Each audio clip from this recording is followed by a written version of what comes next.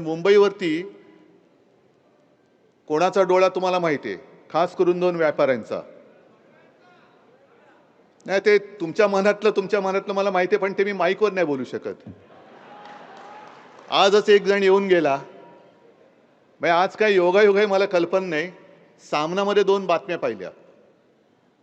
पहिल्या पानावरती बातमी भाजप कार्यालयाचं भूमिपूजन आणि त्याच्यात ती जागा कशी काय त्यांनी पटपट सगळं करून घेतलं ती आहे. आणि आतमध्ये एक बातमी आहे, जिजामाता उद्यानात लवकरच ॲनाकोंडा येणार. आता आपण पेंग्विन आणले, त्याच्यामुळे लाखो पर्यटक तिकडे वाढले. नक्कीच मला त्याचा अभिमान आहे.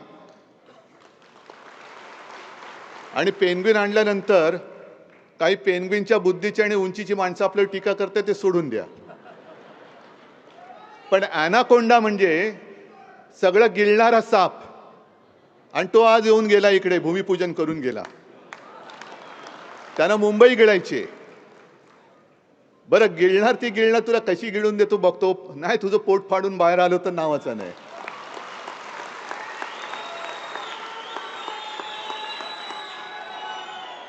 बरं, भूमिपूजन करायला आलायस ना, कर ना, फोड ना नारळ, डोक्यावर फोड नाही तर दगडावर फोड, एकच आहे.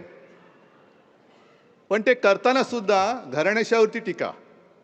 म्हणजे ह्याचं कार्ट तिकडे क्रिकेट कंट्रोल बोर्डाचा अध्यक्ष झाले, ते त्याच्या क्रेडिटने झाले, मेरिटने झाले. आणि घराणेशाही कोणाची? ठाकरेंची. अरे उभा राहून दाखवू समोर. आणि मग त्या अब्दालीला मला सांगायचं आहे, आम्ही आमच्या आईवडिलांचे ऋण मानणारे घराणेशाहीचे म्हणा किंवा घराण्याच्या परंपरेचे पाईक आहोत, वारसदार आहोत. आता संजय राऊत म्हणाले ना, तशी तुमची ब्रह्मचार्याची पिलावळ आमची घराणेशाही नाहीये. तुमची ब्रह्मचार्याची पिलावळ आहे. एकेका ब्रह्मचार्याला 40-40 पोरं झाली कशी?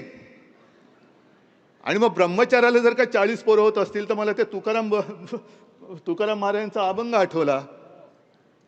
आणि तीच परिस्थिती भाजपची झाली.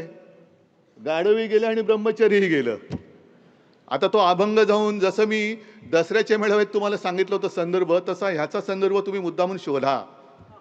तुकाराम महाराज असं का म्हणाले? हा अभंग आहे. गाढवही गेले आणि ब्रह्मचर्यही गेले. तसं आज भाजपची परिस्थिती आहे. गाढवही गेले आणि ब्रह्मचर्य. त्याचा अर्थ नाही मी आता सांगत. पढ़ते रहिए fight against criminal daily newspaper.